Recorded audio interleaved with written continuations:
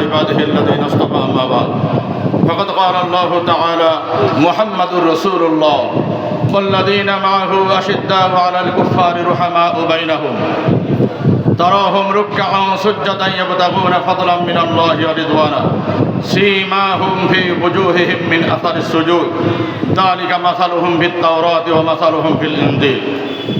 হেফাজতে ইসলাম বাংলাদেশ যশোর জেলা শাখা কর্তৃক আয়োজিত আজকের এই শানে রিসালাত সম্মেলনের সম্মানিত সভাপতি, কেন্দ্রীয় মেহমানবৃন্দ, উপস্থিত মুআজ্জাজ হযরত উলামায়ে কেরাম, বিভিন্ন মাদ্রাসা থেকে আগত আজিজ তলাবা, সংগ্রামী তৌহিদি জনতা, আজকে হেফাজতে ইসলাম বাংলাদেশের কেন্দ্র ঘোষিত কর্মসূচির মধ্যে স্বাধীন বাংলাদেশে আবু জেহেলের উত্তরসূরি থেকে আল্লাহ রাব্বুল আলামিন এই দেশকে হেফাজত করেছেন।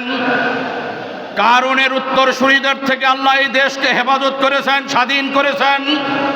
তসলিমা বেশ্যার উত্তরসূরিদের থেকে আল্লাহ রাব্বুল আলামিন আমাদের দেশকে স্বাধীন করেছেন। আজকের এই স্বাধীন দেশে, স্বাধীন বাংলাদেশে শানে রিসালাত সম্মেলনের আয়োজন করার কারণে যশোর জেলার দায়িত্বশীলদেরকে আমি মোবারকবাদ জানাই। আজকে কুষ্টিয়া জেলাতে যে কয়দিন 15-16 বছর ধরে সম্মেলন শুধু নয়, মহাসম্মেলন বা সম্মেলনের নাম শুনলে এই আবু জেহেলের উত্তরসূরিগুলির কম্পন সৃষ্টি হয়ে যেত। তারা আমাদের কুষ্টিয়া জেলাতে কোনোদিন ধর্মীয় সভার আয়োজন করতে দিয়েছিল না। পুরা বাংলাদেশে যে তাণ্ডব তারা চালাইছিল, আল্লাহ রাব্বুল আলামিন তাদের থেকে দেশকে হেফাজত করেছে।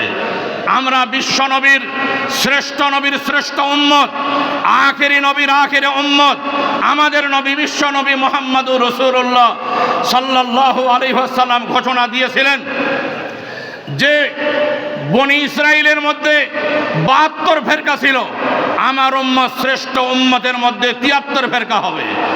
একটা দল শুধু নাজাত প্রাপ্ত হবে, বাকিগুলি জাহান্নামী হবে। মুহাদ্দিসিনে কেরামের বর্ণনা মতে উম্মতে মুহাম্মদীর মধ্যে 73 ফেরকা হওয়ার মূল কারণ যেটা ছিল, উম্মতে মুহাম্মদিয়ারা জিহাদ ছেড়ে দিবে, উম্মতে মুহাম্মদিয়ারা দুনিয়ালুবী হবে। মুহাদ্দিসিনে কেরাম দুনিয়ালুবীর যে সমস্ত ব্যাখ্যাগুলি করেছেন, গত সরকারের আমলে যে কয়টা ব্যাখ্যা করেছিলেন 73 ফেরকা হওয়ার পিছনে, সবগুলি এই জালেম আওয়ামী লীগ সরকারের মধ্যে ছিল। এই 73 ফেরকার মধ্যে মূল একটা ছিল হলো ক্ষমতার লোভ।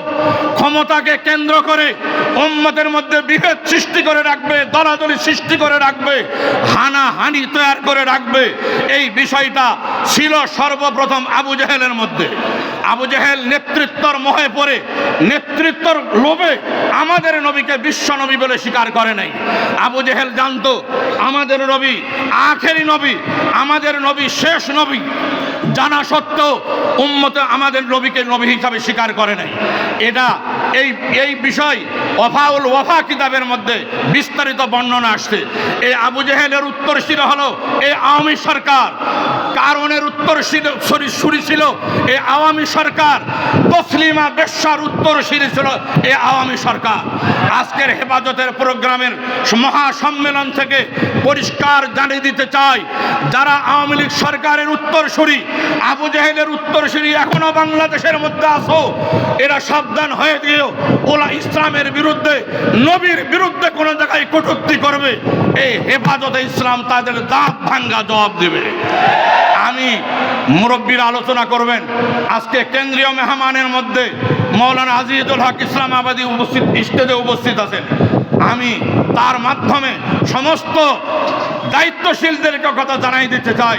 আমি ইসলামাবাদী ভাইকে কথা পরিষ্কার বলতে চাই, আপনারা হেফাজতে ইসলামের কেন্দ্র দায়িত্ব রয়েছেন। বাংলাদেশের এই হেফাজতে ইসলাম যেন হেফাজতে থাকে, হেফাজতে ইসলাম যেন কলঙ্কিত না হয়, কেউ যেন হেফাজতে ইসলামকে কলঙ্কিত করতে না পারে। আপনারা কেন্দ্রের দায়িত্ব পালন করতে গিয়ে বাংলাদেশের লক্ষ লক্ষ উলামায়ে কেরাম তলাবাদেরকে যেন সাগরের মধ্যে আপনারা ফেলায় না দেন। এই বিষয়টা আপনাদের দায়িত্ব পালন করতে হবে। ওমা আলাইনা ইল্লাল বালাগ। আসসালামু আলাইকুম ওয়া রাহমাতুল্লাহ।